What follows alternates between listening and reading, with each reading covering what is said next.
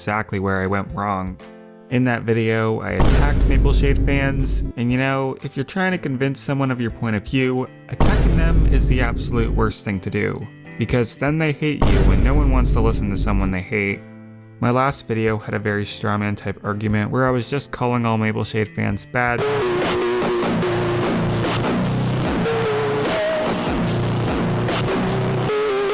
because they don't take murder seriously.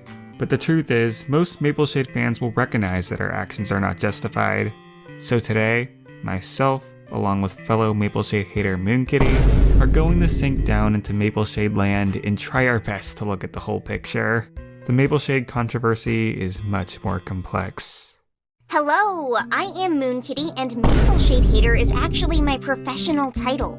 But I should clarify, I don't think it's wrong to enjoy or relate to a villainous character, and what I dislike so much about Mapleshade isn't her being a murderer or a bad guy, but instead a complicated mixture of having a book written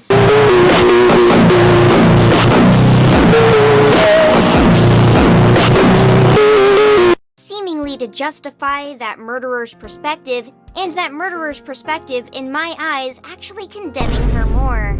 Presenting Mapleshade's point of view is naturally going to make more people sympathize with her, and I can't fault anyone for that, but for me it has the exact opposite effect.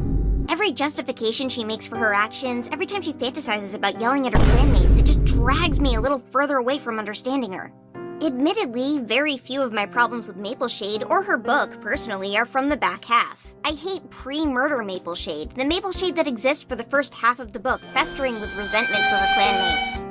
Liking or hating a character isn't just about agreeing with their actions. If that was the case, then no villain characters would ever be liked. But that doesn't mean I have to like Mapleshade, no. There are other reasons to hate villains. I actually think they set up Mapleshade's motivation very well. I just think that the portion of Mapleshade fans who say that things only went south for her when she became mad with grief are missing the point entirely. She has a very clear theme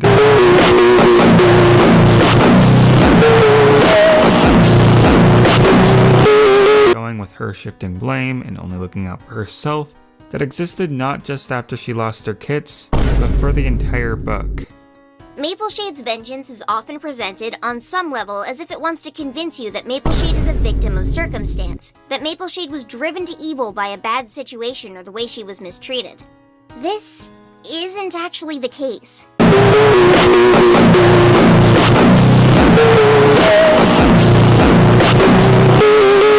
Mapleshade is a pretty bad person throughout her book, only stopping to give politeness out of manipulation, to convince others of her plot, to bide her time until the point at which she believes her kittens are useful and safe enough to come clean as half-clan cats. While Mapleshade is on some level a victim of cruelty, she is more so a victim of her own actions. She gets herself into a forbidden relationship, she lies to Frecklewish and Oakstar, she has her kids cross over to RiverClan territory. Mapleshade was never a good cat.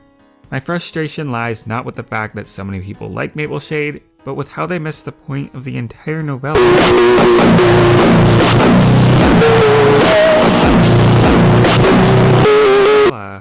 Mapleshade wasn't corrupted by grief, she was always manipulative and selfish. Her murderous behavior was very extreme, far above how any healthy cat would act.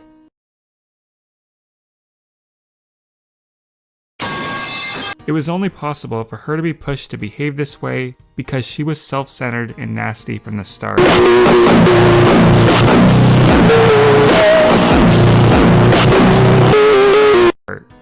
In the first chapter alone, before any misfortune befalls her, the text makes it clear that Mapleshade is entitled. She believes so strongly that her blatant rule-breaking is correct that she thinks it would be backed up somehow by the ancestors and the rules that are forbidding it.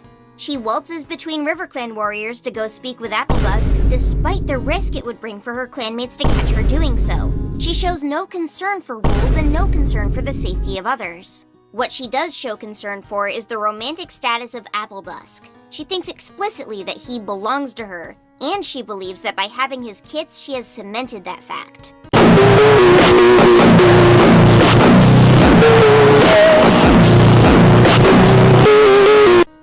Mapleshade finds herself to be above the rules that govern others, pays no mind to endangering clanmates, and she concerns herself largely only with the thing she wants, that thing being Appledusk.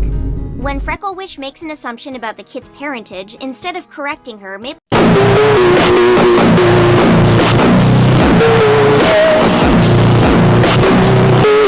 finds her excuse to be a gift from StarClan and justifies going along with it by insisting she didn't lie out loud. Misleading Frecklewish and the rest of the clan isn't something she feels even slightly guilty about because her kits and her feelings are considered to be more important. And all of that is just the first chapter. A lot of people like to say that there are no good cats in this book, but here's my take. Frecklewish and Ravenwing are almost entirely innocent, and Appledusk is a filthy cheater, but still has his redeeming qualities. Mapleshade's story is about her doing awful things and shifting the blame in order to clear her own guilt. Which, don't get me wrong, that's great for a villain, but what's not great is saying that these cats deserve to die. Ravenwing is killed because he spilled the truth about Appledusk being the father of Mapleshade's kits, leading to her exile, which led to the kits' deaths. When 1. Mapleshade disrespected the legacy of a dead ancestor, Birchfall, when she pretended her kits belonged to him. As a medicine cat, it's literally his job to respect ancestors. He would be breaking his vow to StarClan if he allowed a dead clanmate to be used like that. 2. He had a sign that the 3 kits didn't belong. If the truth didn't come out now, it would have come out later and caused just as much trouble. Mapleshade was even planning on letting the truth out herself. 3. Exiling the kits was not the cause of the kits' deaths. Mapleshade making them cross the river in a storm was.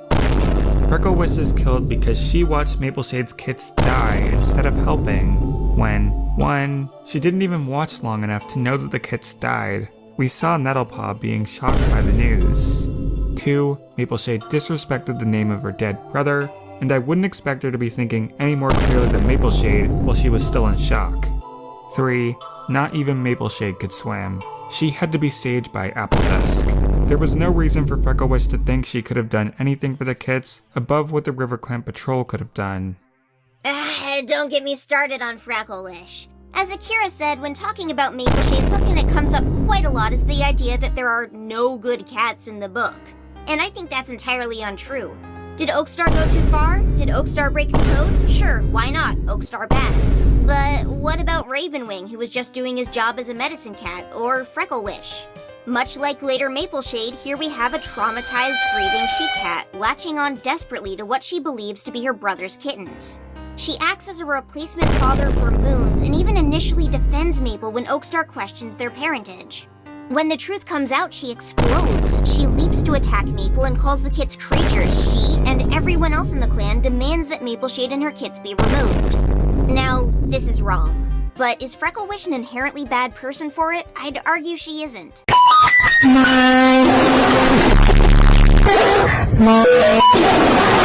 Freckle then follows Mapleshade to the border and sees the huge wave of water wash them away. She doesn't stay to figure out the outcome, and beyond making sure Mapleshade was leaving, we don't know what her full intentions were. We don't know what she did before, during, or after.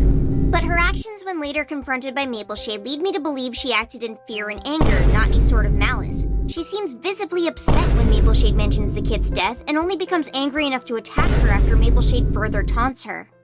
Finally, Appledusk. I won't defend his cheating, but I will point out the fact that he saved Mapleshade's life in the river. He's a jerk, but I don't think he was actively trying to ruin Mapleshade's life. Just stitching her for the sake of self-preservation. A little scummy, but he didn't deserve to die. He came clean to his clan, and both Darkstar and Reedshine chose to forgive him. He had a path to redemption that could only be satisfied with his breaking apart from Mapleshade. Is he selfish? Yes. But Mapleshade is the queen of being selfish. If any cat deserves Appledusk making a sacrifice for their sake, it's not her. One thing always sticks in my mind though. Why is Mapleshade so desperate for her kids to be eventually recognized as half-clan? She only begrudgingly keeps it a secret to begin with and treats it as a necessary inevitability for them to be revealed.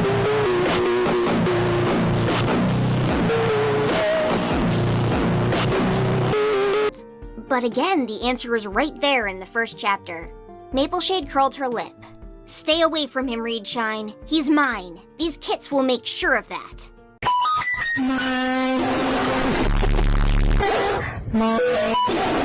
She even repeats this later, shouting that Appledusk belongs to her as she leaps for the now pregnant Reedshine. She wants to reveal the kit's parentage to cement her relationship with Appledusk. Not for their own good or for the benefit of the clan, but so she can lay claim to her kitty cat boyfriend. She's well aware that Reedshine is a threat to her and Appledusk. She seemingly planned for the kits' entire lives to use them as a tool in her relationship. Even when it comes to her kittens, who she loves, she's willing to risk their entire lives just to get what she wants. Mapleshade, from the beginning, has been getting away with doing whatever she wanted, having a half-clan relationship, lying to her clanmates, taking her kids out of camp when they're much too young for it. Being exiled and then drowning her children is the first and only consequence she's ever faced. And because of her entitlement, she never considered that any of it was her fault. Even when she goes to the Dark Forest, her children avenged, she doesn't think she was in the wrong. She feels triumph. She continues to hurt people long after because she enjoys it. So what all this adds up to is some rich selfishness and misconception on Mapleshade's end, which is actually pretty interesting. It's the main thing I like about her as a villain. What I don't like is how much the book rewards this behavior. She is so needlessly lucky. Mapleshade herself even points out multiple times that luck is the only thing allowing her revenge plans to work out. Tigerstar had a history of fierce training and bonding with rogue cats. Soul had knowledge of the future and a soft, calming voice that was good for manipulation, but there is no reason for Mapleshade to be as powerful as she is. Yet she kills 3 cats with 0 difficulty. There is no justice. Things work out too perfectly for Mapleshade. She doesn't deserve to accomplish anything in her revenge plan, yet she follows it all the way through. There are severe flaws in her reasoning, but we never see the consequences of such flaws come to fruition. If she's going to be a villain that forever curses Appledusk's family, why don't they have her die at the claws of Appledusk when he jumps to protect Reedshine? Just something to punish her, to show us that all the killing she did solved nothing. They could even just write a couple paragraphs about her being upset about being separated from her kits in the afterlife, and it would make the story significantly better. Mapleshade is sent to the Dark Forest, but she's happy there. All they needed to do was have a single passing moment of her realizing that meant the cat she killed made it to StarClan, and she herself was rejected, below them. I disagree with your point there. I want Mapleshade to keep being bad and angry because she never showed a remorseful side of herself to begin with. She's not going to suddenly change the type of person that she is just because she's dead. Someone unremorseful for their crimes and unyieldingly angry with the long dead is a great villain and makes for someone fun that you want to see defeated, and I find this funny, especially if we're looking at the Mapleshade we see in the future. For her to go, "Oh no, what have I done?" at the end would be un-Mapleshade-like of her. It might be a little bit of a disappointing end, but I don't think she'd be able to go on with her already established torture plan if she had any sort of self-realization. Okay, fair enough. Remorse might soften her up a bit too much. I did think she had a very unique role in Crooked Star's Promise, and I wouldn't want to lose that. But what does stand is that Mapleshade is nasty. She is not your mistreated, corrupted, sweet girl. She is a villain. She acts only out of self-interest and spite, and when she wasn't killing, she was manipulative and awful, which fits well for a villain. So yeah, it is a bit silly that so many people sympathize with her, and maybe that says something about how good she is at manipulation. Even the reader can be swayed, but not us.